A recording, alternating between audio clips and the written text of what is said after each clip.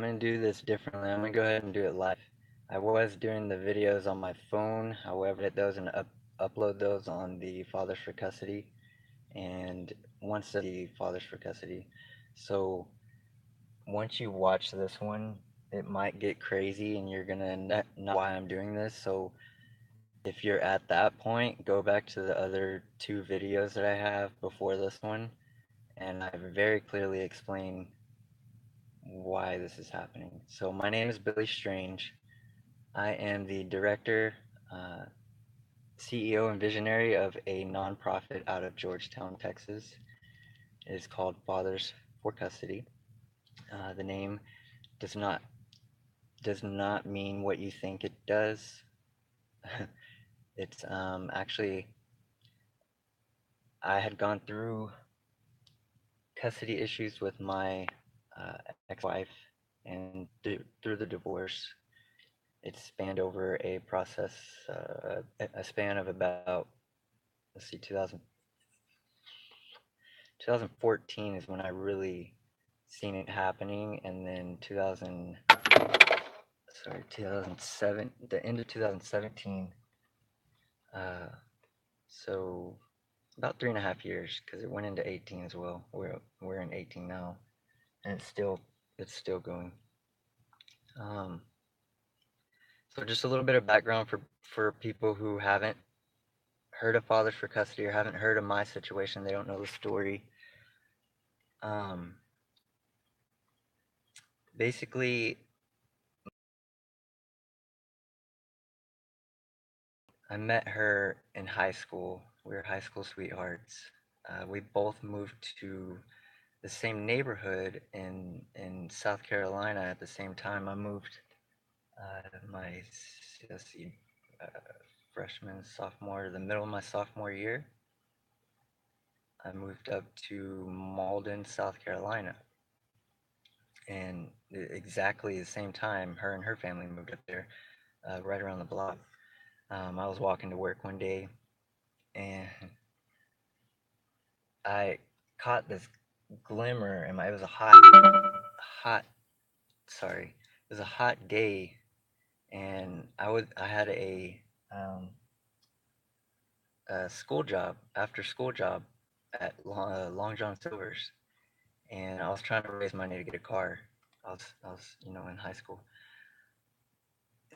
looking at that time to work every day, and I had never seen anyone in this yard. Well, okay, rewind first. I caught this glimmer in my eye, this sparkle. It was like it wasn't really a spark. It was like a blurred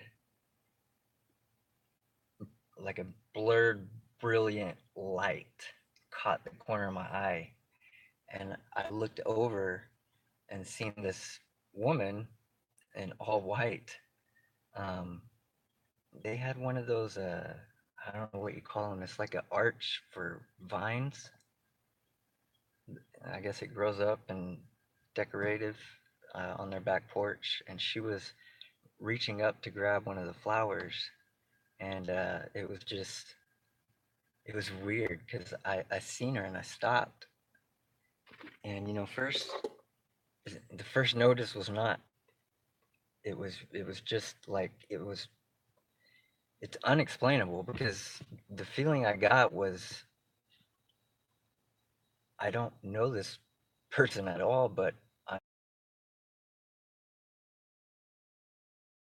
never seen anything. I just seen her reaching up to grab this flower, and she was wearing all white.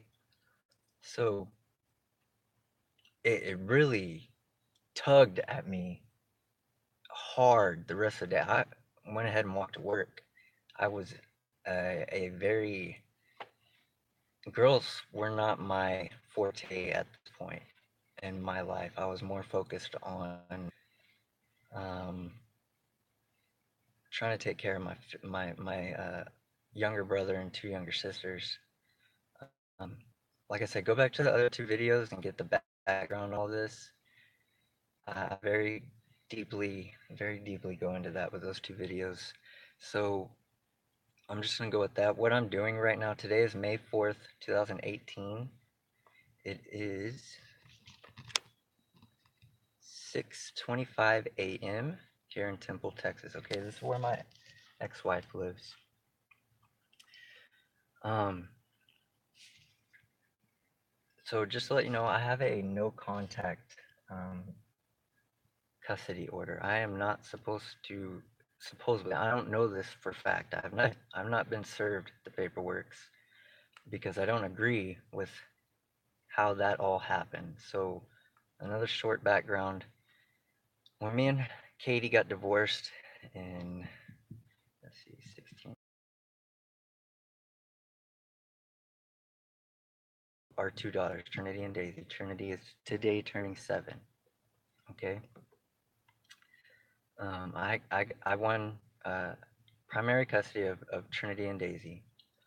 Um, I'm not gonna I'm not gonna go into why I got custody because that's her business, that's her life, and I would never do that to anybody. So yes, there was some issues on her part, very um, she was at a phase in her life, confused, she was depressed, uh, but I'm not trying to make excuses because what she did was very wrong, and I'm not making excuses. I'm telling you what happened. Um, so anyways, I got primary custody, and the things that happened during that day in court was not what she expected. She truly believed in her heart that even though she did all these wrong things, that I'm trying to wipe it, it looks blurry. That she could make things up. And literally, it was making them up in her head and believing them to, to where she could do all the wrong in the world, but because she controlled everything around her, she very, very hardly believed that she controlled the outcome of that session and divorce. So the whole time going into this, she truly believed that she already had custody of those kids, and she grew up with we weren't the best, greatest parents, but they she had parents. Okay, I did not have parents, so a big thing for me is family, and not to ever you know intentionally uh, whatever your reasons are, intentionally tear a family apart. So um, when I got custody, okay, she had the standard visitation, just like normal men do. However, even though she would make what any other man would have made, okay, if you put them on the same playing field, okay, they both make the same amount of money, okay, man, woman, same amount, okay. I have another child from a long time ago that I pay child support for, okay, one child, and that is based off of your income and how many children you have, and if you have children in other relations, it all adds into that. My one child, on her pay scale, is $560 a month for me for child support. Okay. For Katie, the judge put her on child support as a woman, and her for 2 kids, okay, was what, $128 or something like that a month. Okay. On top of that, okay, she also had them enrolled in Medicaid. I mean, it was just so what I was getting at, the line, okay, men and women, same pay scale, straight across the board, even. The men will pay higher every time. On top of that, okay, if a man goes at the most a month without paying child support into action, they're coming after you. Now I know ultimately, and if you don't know, it's not up to the courts for that man because he's behind on child support to go to jail, unless it's something major. It is up to parent. If the other parent decides that they want to put you in jail, it's up to them. So you could lose your job all of a sudden, okay? And that happens a lot right now. It happens a lot, okay? Not only that, you could, the judge could have defaulted you at a higher payment, and you make, say, I have a client right now that makes $1,200 a month, okay? His child support is $980 a month for one kid. He makes $1,200 as a pizza delivery guy. And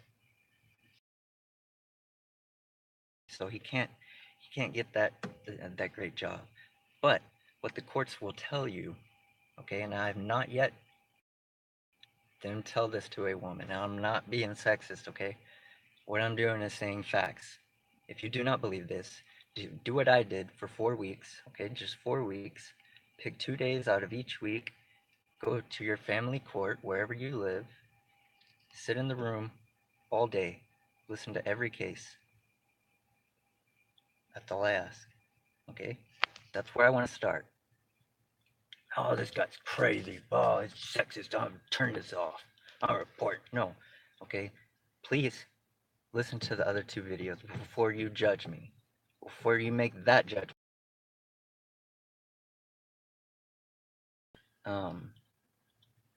I thought she was coming out. I got sidetracked. So what I'm doing here today, and what's crazy is it's a school day, okay? It is now 6:32 a.m. They should be moving, lights on, breakfast cooking. It's time. Anyways, my daughter's birthday, okay? Trinity's birthday is today, May 4th, 2011.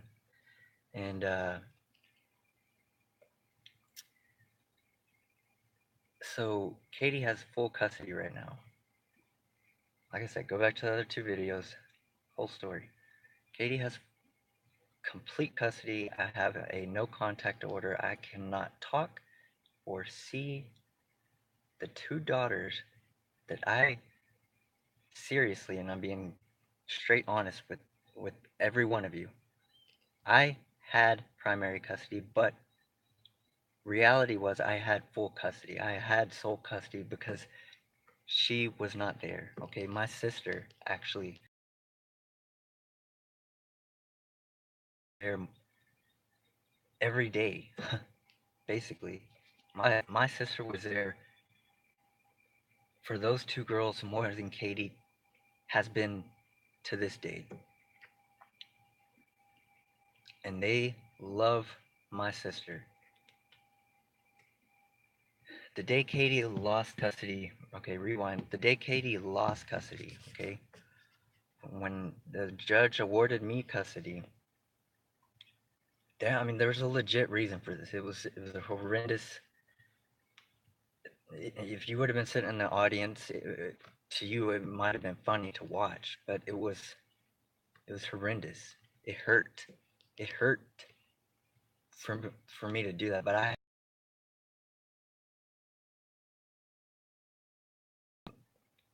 I did everything the right way, and I did it firmly, and I 100% believed that what I was doing was the right thing to do, because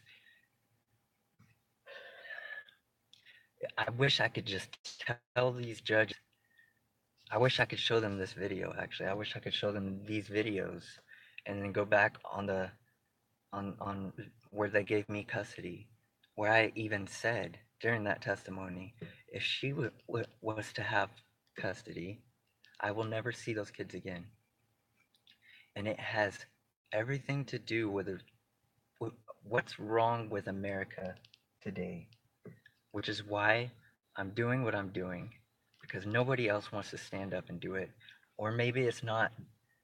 It's being um, it's being cast. It's not being seen as it should. You ask any millennial right now, and I am a millennial. However, what I'm about to say, I don't believe. My family was very traditional as far as marriage. Now, they all got divorced and didn't live that way, but they still preached the right. When me and Katie got married, we were together for 11 years. Okay, um, in between Trinity, my oldest, and Daisy, my youngest, about 2 month, 2 years, 2 months. A lot of things happened in her life, in her head, that caused her to choose a different route in life. Okay, so there was nothing. I mean, I tried. I tried for 2 years. Like I said, I don't know if it was in this video. I set back for 2 years before the divorce. Okay, before the divorce, I had my supervisor was actually the youth pastor for one of the churches that I took Daisy or Trinity to. He was a youth pastor, and then his wife was the Cubbies, which is like an Awana group for small kids. She was um, Trinity's teacher, so also her babysitter, and I trusted those two people more than Katie. And the sad thing is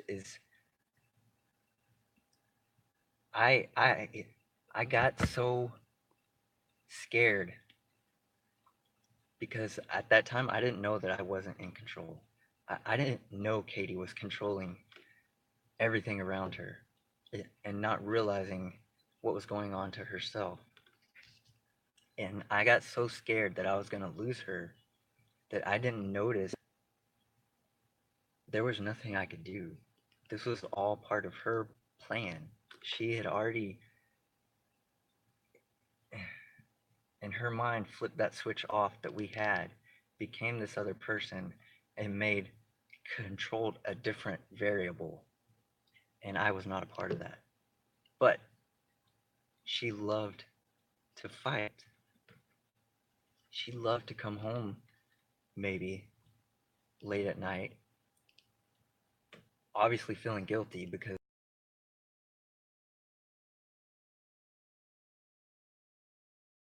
it's now 4, 5, 6 a.m. in the morning. Not to mention the two cars that pulled up with you. I'm not going to go there, okay?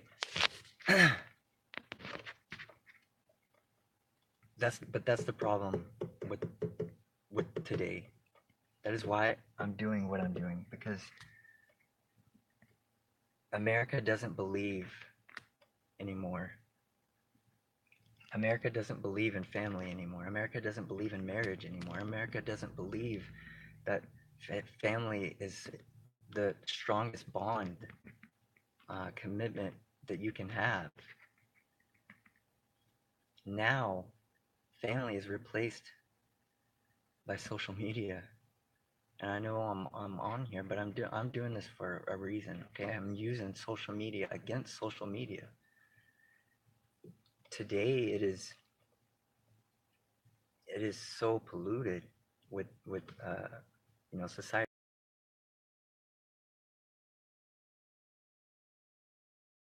and how they want you to live your life, and everyone just gets on their phone and tags it, and they go along and share it, and marriage is no longer a part of America. And if marriage is no longer a part of America, then what are we doing? You know what? We're not married, but we're having kids. What is that? That's a sin. That's a sin. But what are we doing? America is dividing the family. What does dividing the family mean?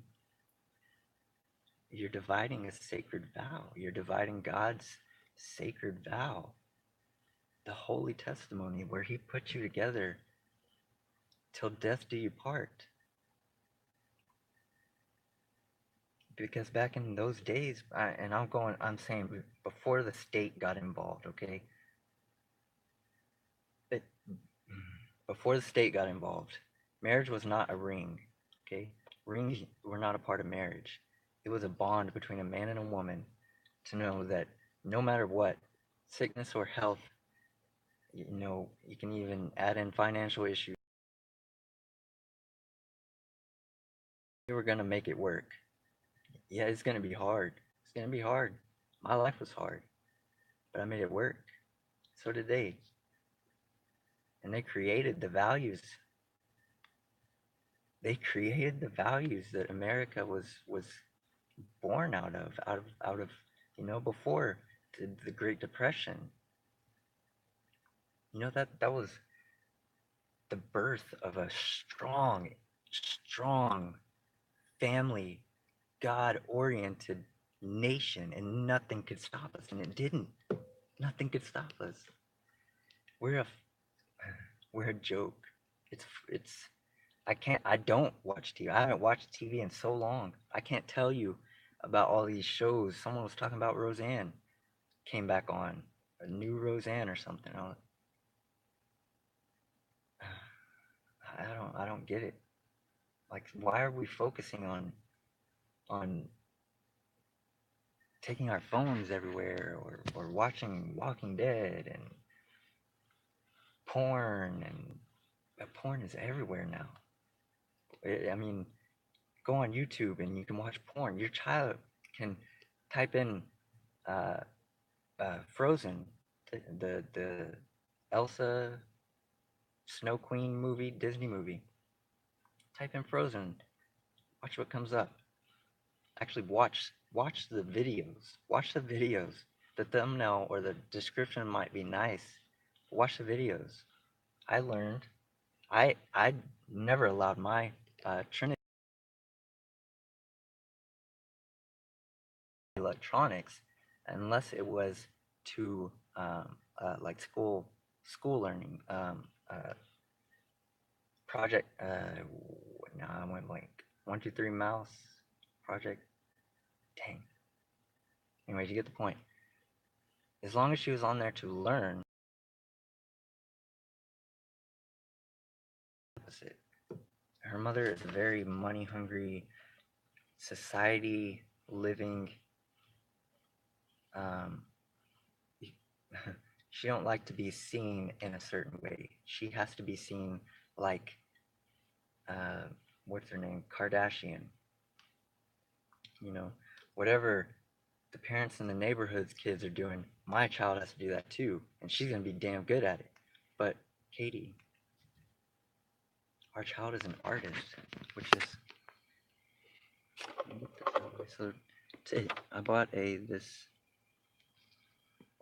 Let's see, it's a wood burning pen or something. I don't know what they're called.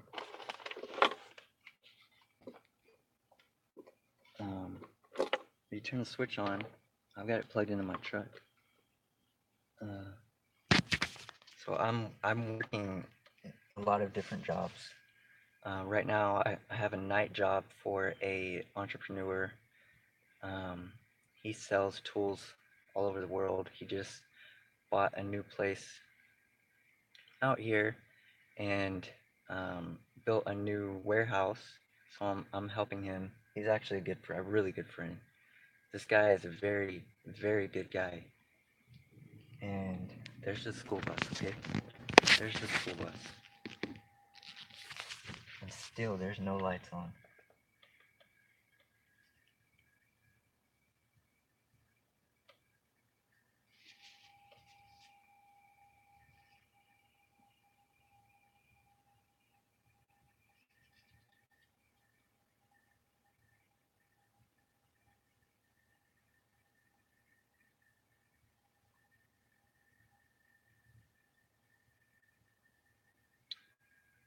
Where was I at?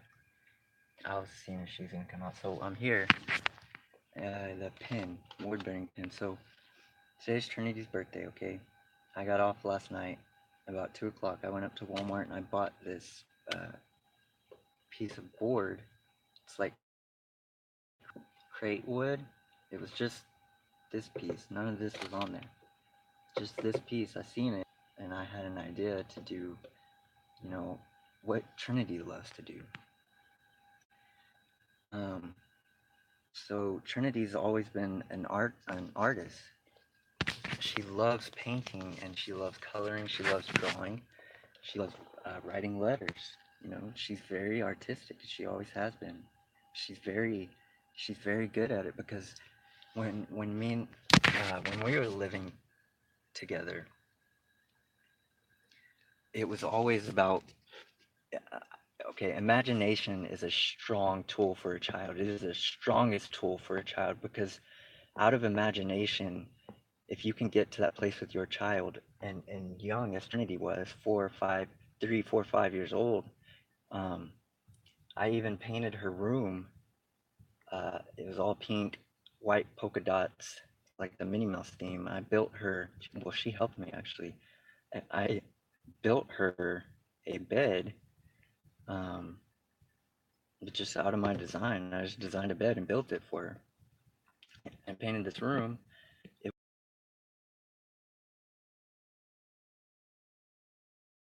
and you're a child again, you know? And she loved that room. But Trinity could go to these places. Me and her both together was awesome. We could go wherever we wanted to go, and it created thought, it created movement, it created learning, it created.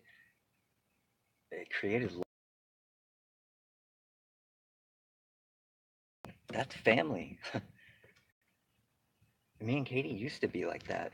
Uh, yeah, you know, in high school, we could talk about anything for hours and hours, and it was a little bit like that when I came back from Iraq, but she didn't understand um, the mental stressors that I needed to perform while I was there. Okay, so a lot of this PTSD thing with the military is it is it's a real thing. However, there's different levels to that. So for a lot of people who go over there who don't struggle when they grow up, who mom and dad, you know, took care of them, or you know whatever, they just didn't have a struggle, and that mortar goes away, but it definitely blew their whole mind up because they had never been into any type of environment that was survival. So they go into shock.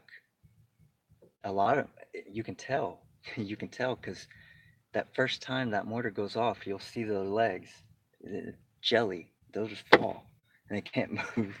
They're just jelly legged. It's because that survival instinct isn't there. So when that mortar goes off or that whatever, they don't know what to do. Just fall. Protect yourself. They don't survive. Those are the people that PTSD affects the most. Okay, for me, I grew up. Uh, I had to survive. Okay, I mean, I had to. Whatever it was, I had to do it.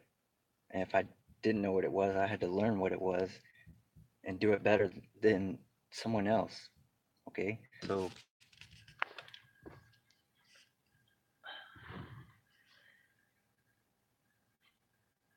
the point to that was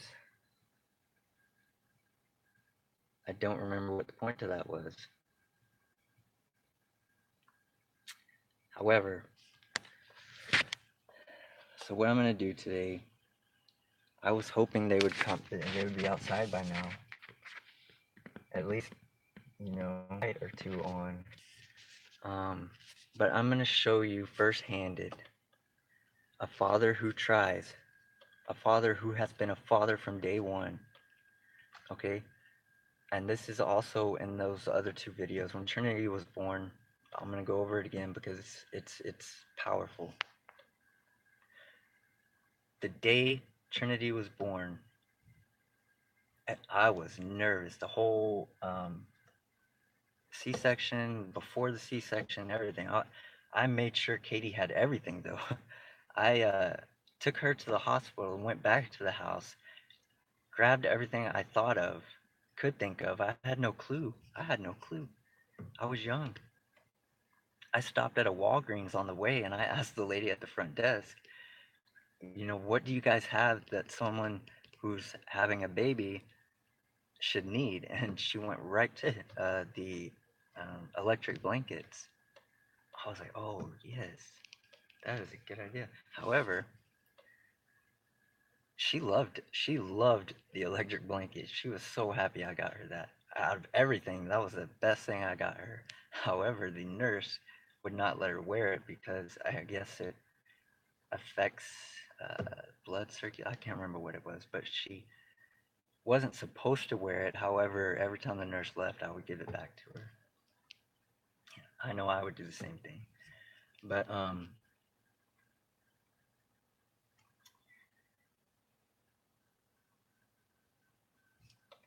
today's Trinity's birthday. I want you guys to see the pain that I have to go through, okay? And for me, it's not visually, it's not there anymore. You're not going to be able to see it. Okay, I'm just going to show you what I've had to adapt to and of other people out there who will never get to see their children. Same exact scenario, okay? However, they're not knowledgeable enough to know that they can stand up. They don't need a lawyer. As long as you want your children and you're willing to fight, okay? I'm going to tell you this. I have a past issue for traffic tickets, minor tickets. She has used those traffic tickets on a default custody. Okay, now the light came on. First light came on. It is now 6:53 a.m. and I can bet you that is Craig who drives the white truck. I will bet that that's Craig. Now Craig is very hot-headed. Every time he has confronted me, he's wanted to fight. So what I want to show you is I'm here to give my daughter her birthday. I have the board that I made, and then I have this. Can you see? Ariel jewelry box. I got a necklace, ring, and those came from very good friends. I'm helping build the warehouse. His daughters see me crying today because Katie told me I was not allowed to see my daughter today. And it's her birthday. And all I want to do is give her her presents. That's all I want to do. I just want to hold her one time. It's been 6 months and she didn't talk or see them. Well, since Christmas, before Christmas, November, is when she took me back to court and used all of the nice things that I could have done for her, turned it against me, and lied to the judge. And that's how easy it is. That's how easy it is. That's how easy it is to destroy children. Those two kids were in a loving, peaceful, mannered, imaginative environment. Every day was an adventure for those two, for all three of us. It was adventure until about 6:30 p.m. Then it's dinner time, and you can watch 45 minutes of whatever cartoon. We're gonna eat, and then you're gonna clean your mess, and then we're gonna have a family night. The rest of the night, either read books to each other, or watch movies, or learn, or draw, or paint. Something we're doing together. And that's where I built their imagination. And now 4 years later, I'm sorry, 5 years. Yep. When Trinity, it was a little past five when Trinity, she was 5.5 is when Katie got control.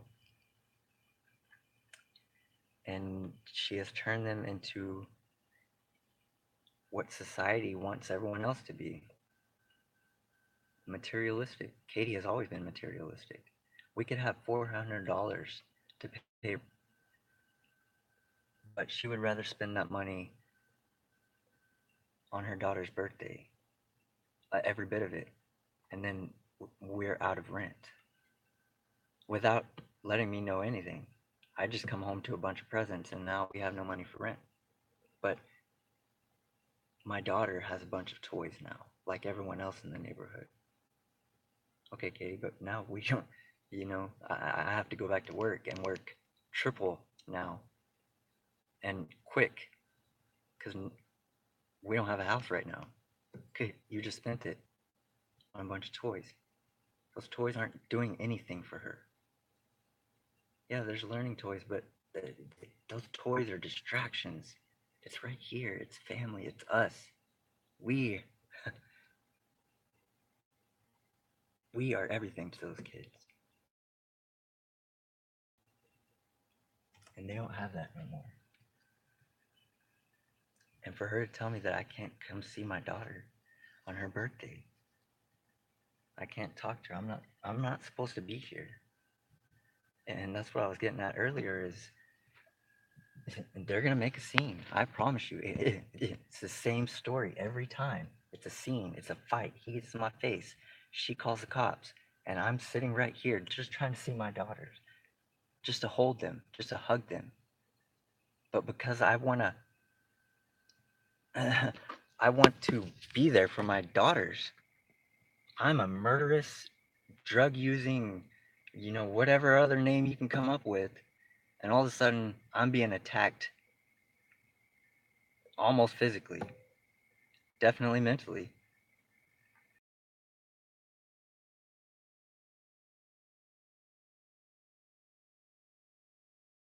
Spot where I used to be. So I understand that I don't have a house for them to be what we used to be. I can't do that right now. I let go, I sacrificed, literally, I let go of everything when I was doing something bad in life. So I cut everything, literally, I cut everything and decided wholeheartedly I'm doing this because it feels like I'm supposed to do this. This is what I'm supposed to do because none of you out there are going to do it. No one's going to care. None of you care about the future children. None of you care about the future families. You care about this little phone. Oh, what's Jessica doing? Hey, you going out to the club tonight? Oh, look, you know, I'm I'm I'm trying to think what I can do to help the families of the future not have to hurt and go through this evil disaster just to see they just want to see their kids. Why is that a crime? Why is that treated like a crime? Because what's going to happen is I have to leave before the cops show up. If they call the cops, I'm going to show you guys, the whole scene, but unfortunately I can't be here when cops show up because I will they will arrest me. I'll spend a day in jail because I'm at this house on my daughter's birthday to give her presents. But because I'm here, I'm going to be arrested on my daughter's birthday because I was trying to give her a present. Replay that sentence, please. Replay that sentence over and over and over and understand that this is the system that nobody's paying attention to. It's cheered upon. Oh, you beat him in court. You beat her in court. Yeah. Child support. Yeah. You know, that's another thing, man. And I've been asking a lot of clients this question too. Now, there are some situations where I can slightly attempt a conversation with you. However, okay, let's I had this I went to a crawfish boil fundraiser the city of Hutto. Now, if they come out here, I'm gonna pause all of this and attempt, okay? Now, I am not on her property. Okay, I'm on city street, city's property, okay? I technically I can still get in trouble for this. However, I'm not gonna get shot. If they shoot me, you guys have proof I was not on their property.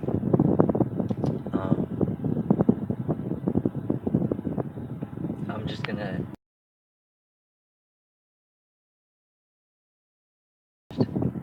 I'll stay here as long as I can, but I'm not gonna be here. I'm not gonna be arrested in front of my daughter on her birthday.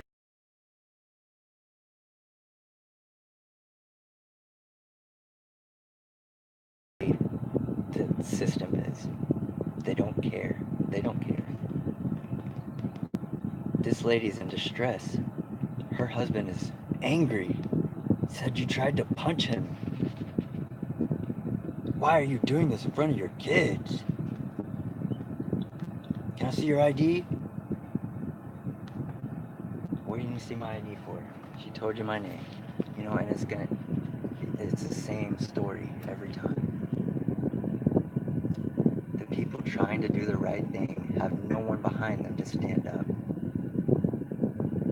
And they lose hope. I lost hope. I lost hope. I went down a very dark path in my life.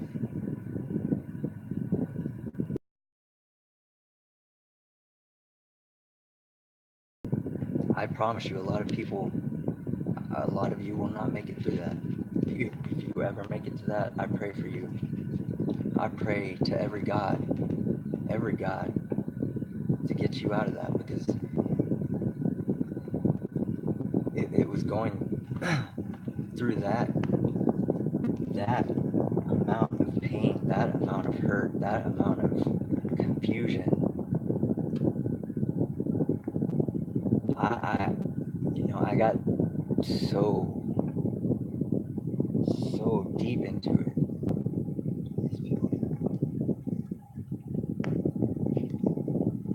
I got so deep into it that I literally became friends with the pain that was inside of me. I formed a relationship with the pain that was inside of me and the pain that I could see in other people around me. I used those people for their pain so that I could understand how to get out of my pain. The relationship I formed with this dark, God-forsaken energy is what gave me the most brilliant light you could ever see. They tell you see the light at the end of your death. Yeah. When the older you dies for good, okay, I'm not saying, oh, I quit smoking. Yeah, I'm a changed man. No. When you go so deep into a tragedy that you lose yourself, but you're strong enough to go all the way down, understand not the situation, but that energy, that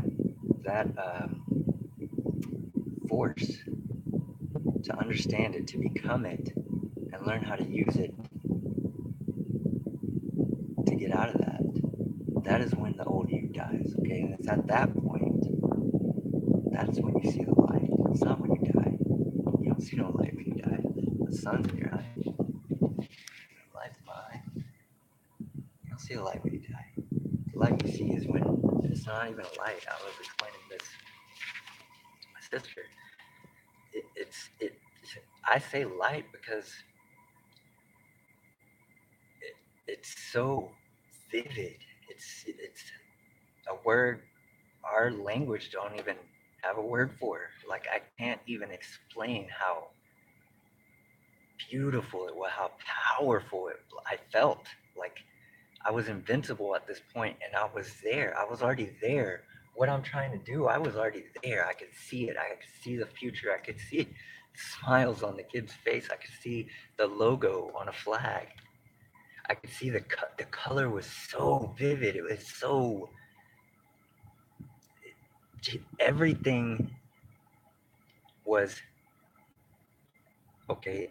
Maybe I can put it like this: the amount, the amount I went down into pain, that force, how horrible that force felt, how I could, any second I could have killed myself and not even noticed. I was so deep into that, I wouldn't have even noticed. But because I was strong enough to deal with that, okay, the light that I call it a light. And I guess that's why everyone else does, because there's literally no word for what I felt at that moment. And not only did it help me, it helped 5 other people, one of which my mother, who, okay, my mother ran out, okay, when I was born. Um, and my dad later on gave me and my sister a story, she didn't care for you, me and your stepmother. No, that's not the truth. I found out that's not the truth. My mother, who has been struggling her whole life, okay, now this happened, what I'm about to tell you happened about a month and a half ago. Okay, my mother, I met for the first time. Uh, I was in the military on leave, and my buddy turned 21. I was 22. I was dumb back then. Anyways, we went to the club in El Paso. A lot of the guys from the bar were actually buying us drinks because it was his birthday. So when the bar closed, um, we got into an altercation with some of the guys there. Uh, I got knocked out. I don't even know what all that was about. Actually, I think it was about a girl. But what I'm getting at was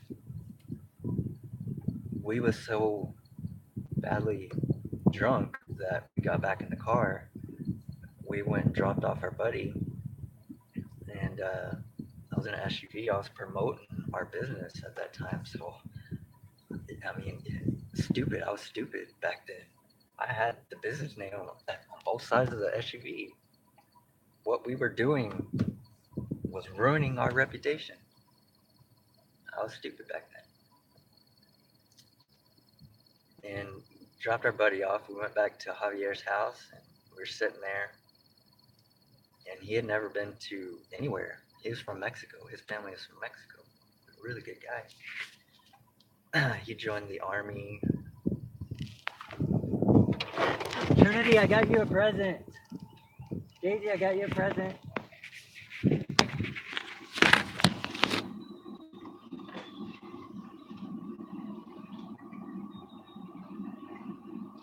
Trinity. Okay, so she came outside. But the girls came outside first. Came running out here. And then she came out and seen them and grabbed both of them and yanked them back inside. You see what I'm saying? I'm here. I told her, Trinity, I'm here to give you a present. Happy birthday. Nope. And this is what I get. Every time it's the same story. Now she's in there calling the cops. She's telling Craig to come out here and probably get in my face again, like always. He's going to get hot here in a minute. He'll come out on his own. This is what I have to deal with. This is what so many men have to deal with. For some reason, women have this revenge. When they don't get what they truly believe in, And there's another person because of that. This is where they go. That's the first time I've seen my kids in 6 months, and they were yanked back inside. They're so beautiful. Daisy's so. I'm just here to give them a gift.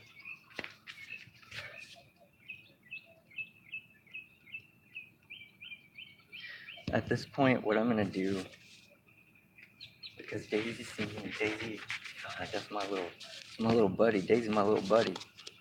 I gotta get onto her all the time. She don't listen for nothing, but she's cute, and she'll follow me around. She'll do anything I can do, she can do, or try. If she can't do it, she'll ask me. Daisy is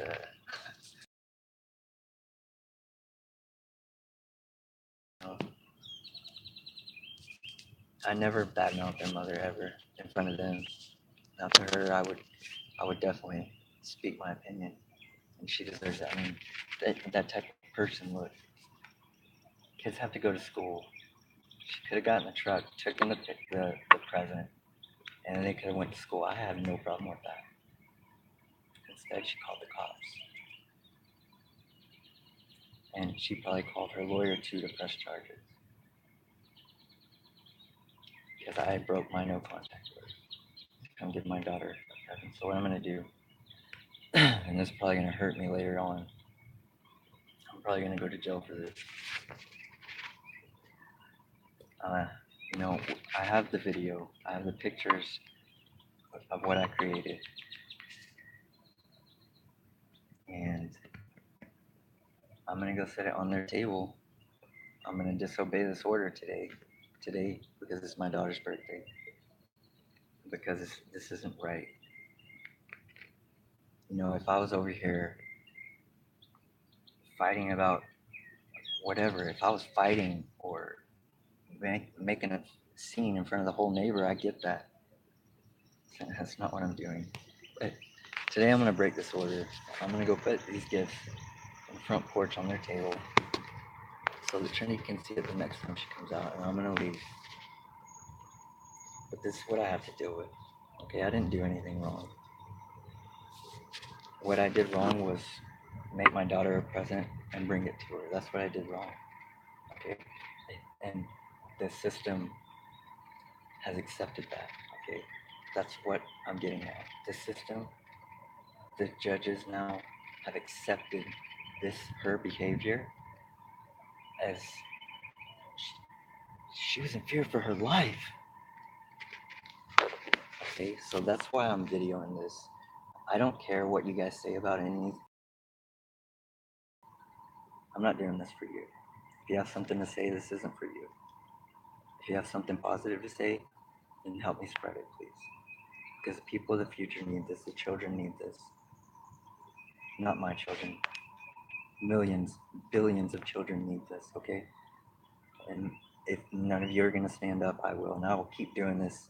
I will keep doing the things to put things in your face until somebody helps me. Everyone agrees that what I'm doing is beautiful, and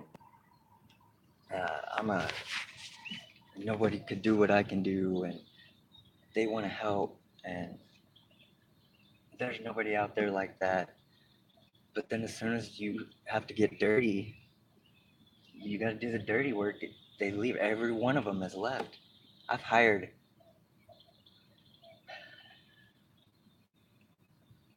almost 10 people, okay, and not one of them, not one, has lasted more than one day. Actually, out of all of those, one person has gone past the interview. Because every interview, I tell you the truth. I tell them the truth. This thing has blown up. I asked them. I give them.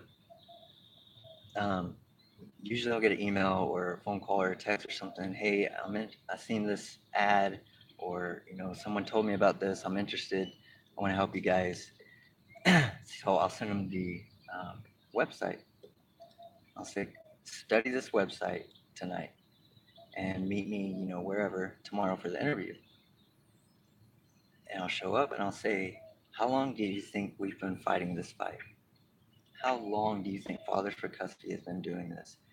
Every time the answer was 5 or 10 years. It was either 5 or 10 years. And at the point where I say, thank you, I truly, truly appreciate that. That means I'm doing this right. But I've actually only been doing this for 2 months. And everything I've done on my own. At that point, you can see they're not strong enough for this battle. So, along with this horrible, horrible event that just to just have you guys witness that. I'm sorry you didn't get to see my kids. I'm sorry. I seen them and I just jumped. It's the first time I've seen them in 6 months. She's destroying their life. She don't even care. Anyways, I'm gonna go put these on there before the police show up. I'll be back.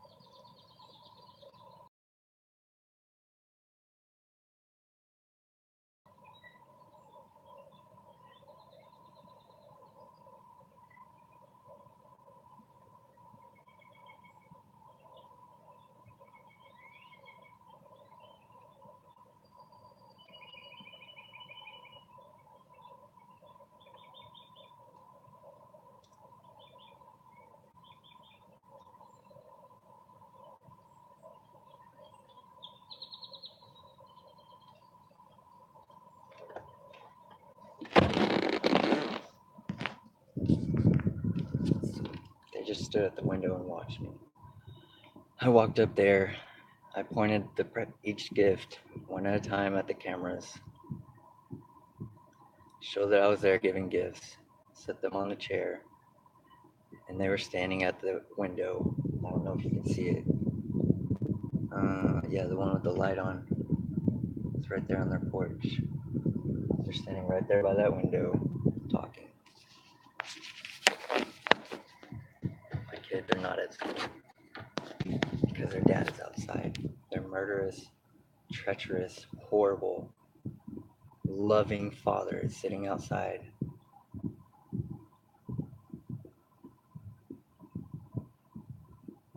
Please help me. Please help. Please help me build this, please. If I have to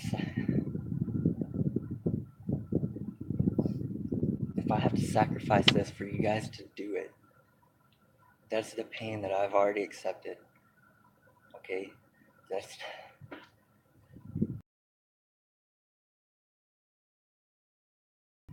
God only puts you through what you can bear. And when he showed me that, I understood that all that pain, all this pain, he knows what's in my heart.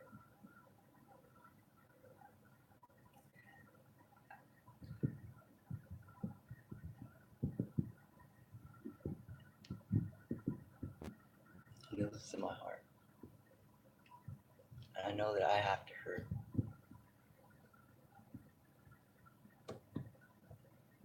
I don't quote Bible verses very good. I just get the gist of it. Um, the road to glory is narrow, and few will make it.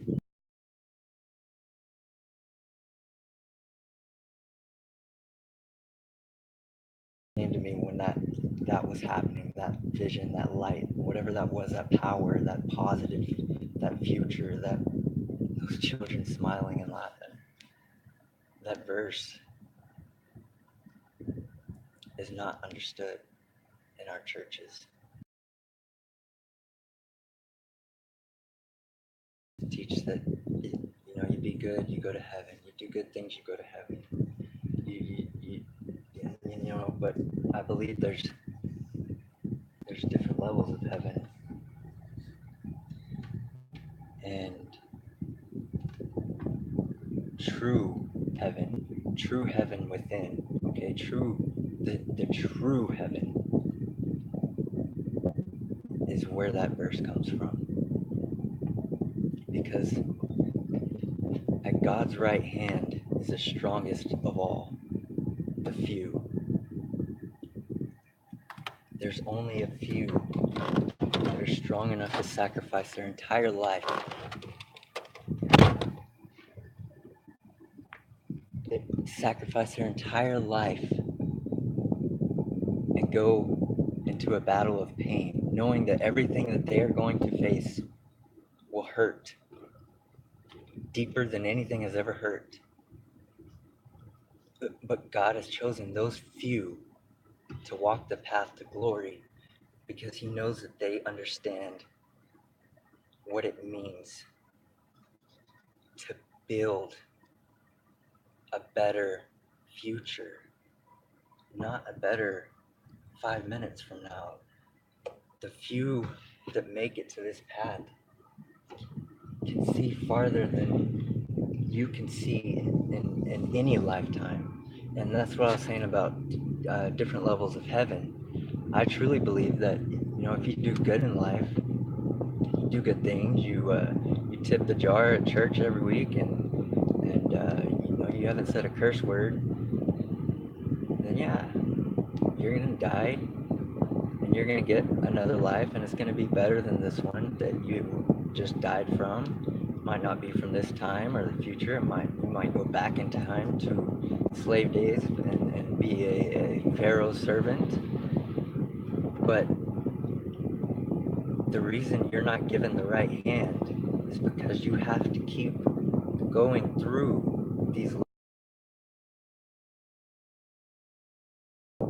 the greatest sacrifice. Oh, this hits. The greatest sacrifice is yourself.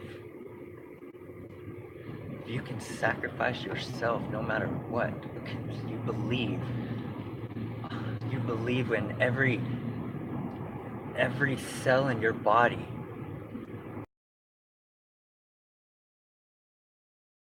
We're here to do is what you are doing, and you believe wholeheartedly is the right thing, and you have to sacrifice everything. And you know that.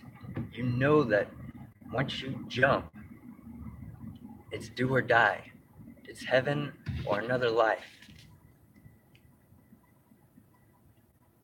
And you might not understand that, but going to that point at you know what I'm saying. So I didn't understand that. I didn't understand this concept until after that vision.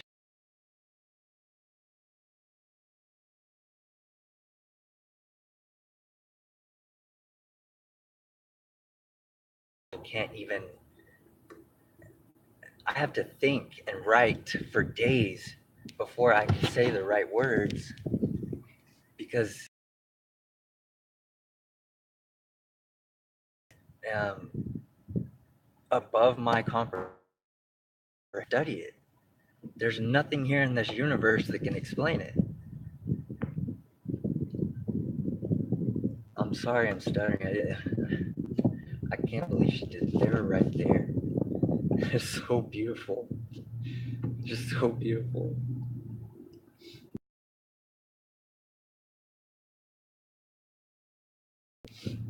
10 seconds. 10 seconds. That was it. That was wonderful. That 10 seconds. That 10 seconds is worth all the pain that I've had to go through. At this point, that 10 seconds was worth it. And you could say you don't care.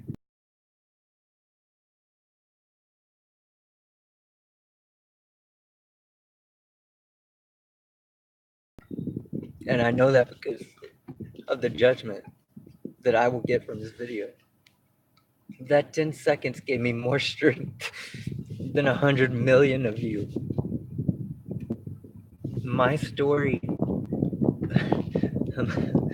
I'm gonna hurt a lot more than this, and it's gonna.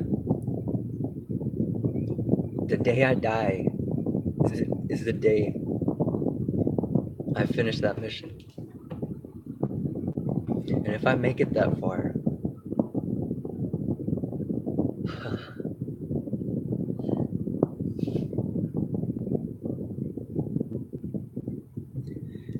you guys just don't get it, man. It's not about, oh, you did drugs and you know you slept with her or whatever. None of that stuff matters because you have to do those, whatever it is, whatever you go through in life. Every person is given a chance, okay? And I've actually explained this uh, through a lot of my life. This made more sense to me than anything else in the world because I could see it at a young age. I could see it. But trying to explain it to people, it was hard. It's still hard. It's still hard to explain this. Every person has a path from day one coming out of the womb. Every interaction with this reality is a choice. Every nanosecond of your life is split into two. Oh, fuck me.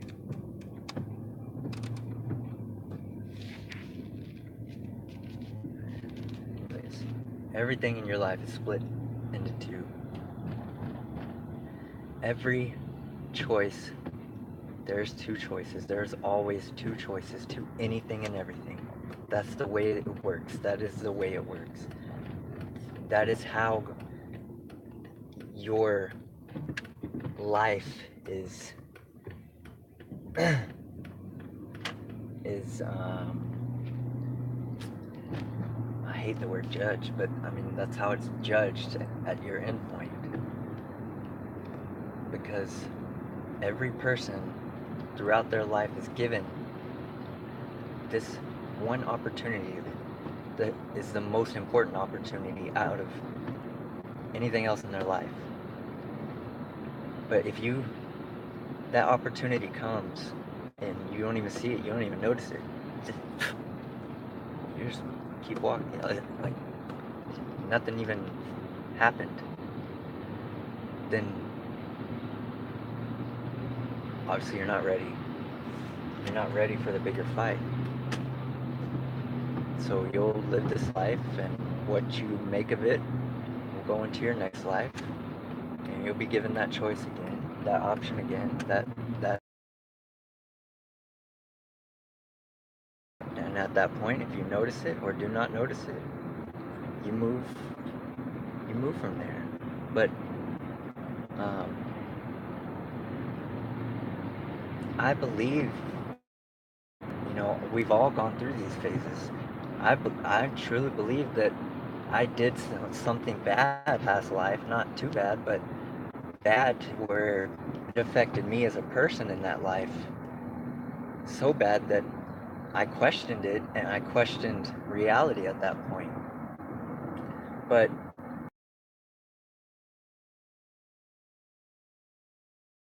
so I believe that because of what I did in that past life, that I have to hurt in this life.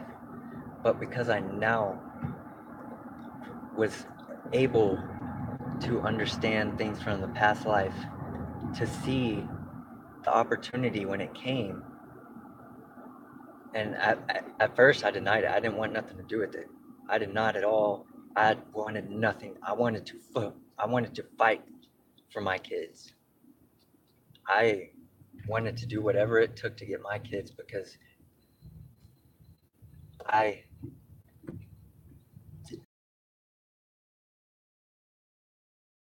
those were I created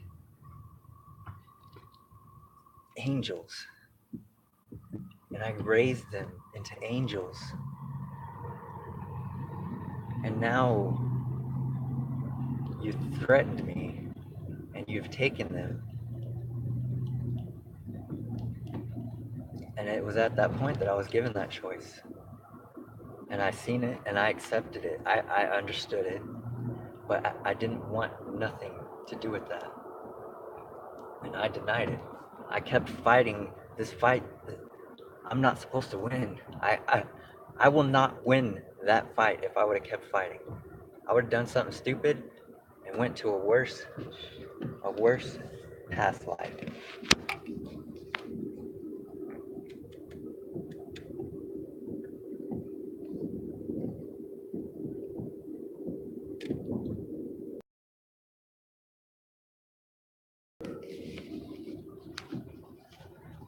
But as much as I didn't want to accept it, I also understood that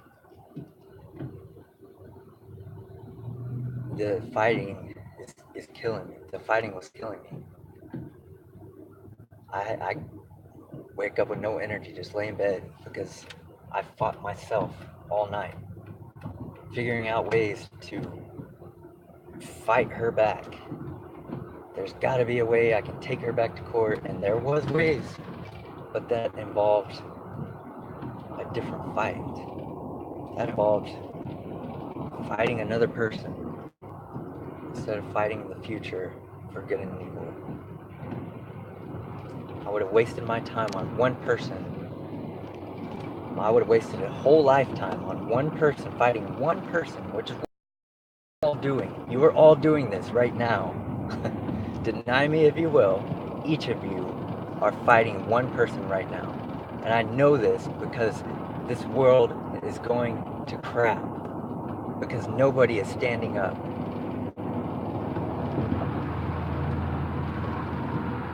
Technology is a very powerful thing.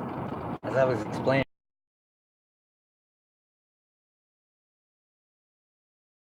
technology can make everything in your life better, and at the same time, kill everyone in your life.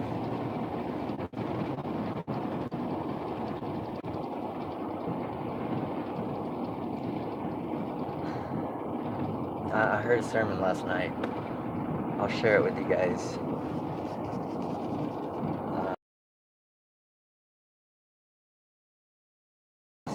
Motivational speeches. I don't know if I got him onto that because he used to only listen to music, and I was in there one day and I was like, me and him are a lot alike, you know, the way we think, the way we talk, the way we address problems, the way we solve problems, we're a lot alike. He's older than me, but he's gone through a lot of the same situations. And now longer alive. Well, technically, we started at the same age. I used it for survival of my family, where he used it for survival of his family and to build his passion, which is what I'm doing now, but without the family. You all now are my family. So while my family might, you know, it sucks to say what I'm about to say and it hurts, but the truth of the matter is, she could take them to school today and pull out of the driveway and go down the road and get hit by an 18-wheeler and they all die. You understand what I'm saying?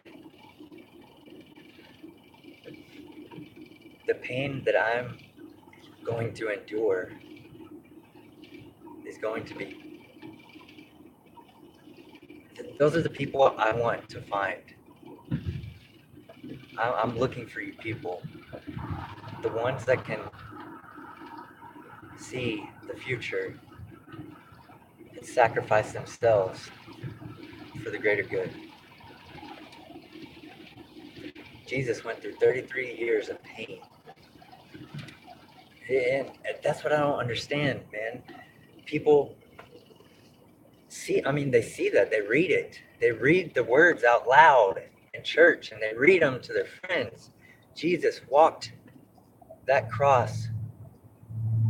And before all of that, I mean, everywhere he went, he was hated. His words were hated. Do you understand that pain? Okay? To be able to say something you know in your heart is the truth, and to be ridiculed and blasphemed and spit on, and the pain is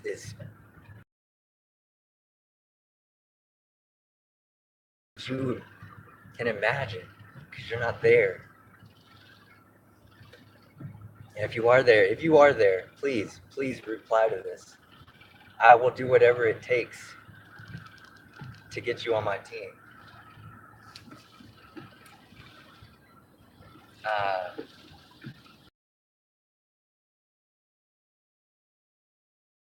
Writing my book a few years ago, and I've made my, it depends on what happens, later on, but I made my decision, my mind up that I'm gonna write this book, and it's gonna have nothing but the truth. My faults, your faults, his faults, her faults, Katie's faults. It's all gonna be there because I'm not publishing this book to the judgers, the people who will read it and put it down 5 minutes later and forget about it. It's not what I'm doing. When I die, the people that fought the good fight,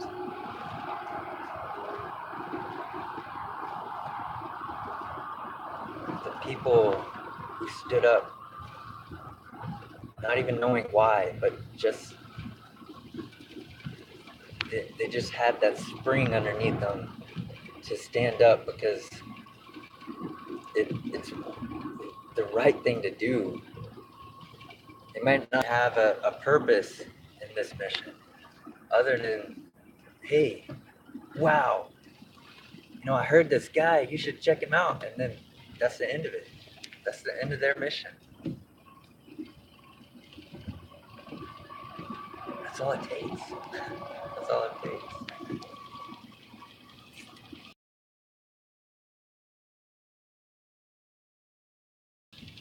This system loves to destroy families. This entire system was created to divide the family. Okay? Do your research on marriage. Do your research on marriage. Okay? Do your research on the wedding band. And do your research on when the state got involved and why the state or government got involved. What was their controlling purpose to get involved into our lives to be able to tell us to take state's law. It's not God's law. It's state's law. If you don't abide, well, possibly do some time.